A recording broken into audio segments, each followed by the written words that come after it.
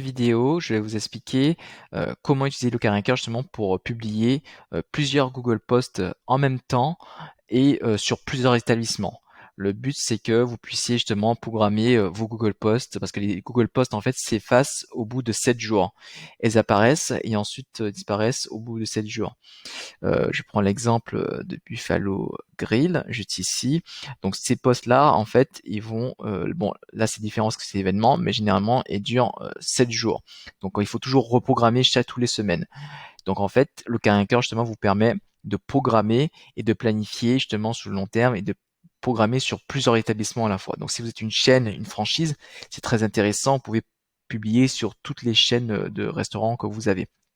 Donc il suffit d'aller dans cette section, de créer un Google Post, des Google Posts, faire le nom du campagne. Je mets euh, communication France, qui est une franchise, une chaîne de restaurants.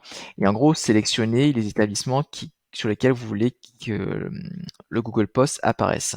Donc voilà, tac, tac. Donc il y en a 4. Juste ici. Soit vous sélectionnez tout, soit vous sélectionnez les établissements que vous voulez où le Google Post apparaisse. Donc là, j'ai sélectionné 4 établissements.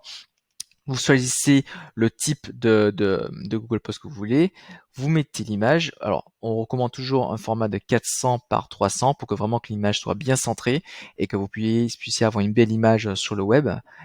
Parce que effectivement, comme je vous ai montré tout à l'heure, les Google Posts apparaissent dans les résultats de recherche. Donc voilà. Ensuite, vous mettez le texte euh, de votre Google Post. On va prendre celui que je vous ai montré il y a quelques minutes, juste ici. On le poste. Voilà. Vous pouvez aussi utiliser les adresses. Là, vous avez les fonctions adresses. Vous pouvez mettre les adresses, c'est-à-dire que l'adresse va apparaître directement. Le site web ou même le numéro de téléphone directement. Donc là, on n'a pas trop besoin. Donc notre texte est réalisé, vous avez la visibilité de à quoi va ressembler votre Google Post. Le bouton, il faut toujours mettre un CTA, donc on va mettre appeler, d'accord.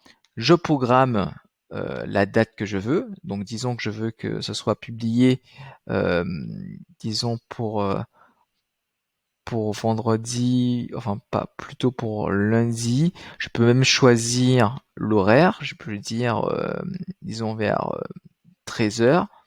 13h46 et 53 secondes, voilà.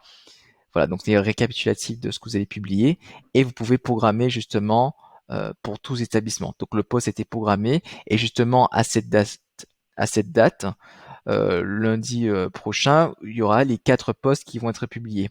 Vous pouvez voir sur le calendrier, juste ici, que justement que le post sera publié alors, en novembre.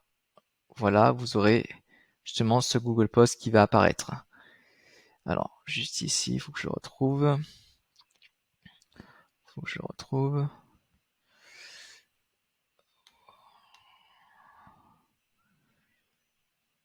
Voilà. Donc, vous avez tous les détails. Ce qu'il faut comprendre sur le Google Post, c'est que c'est très important pour votre référencement local.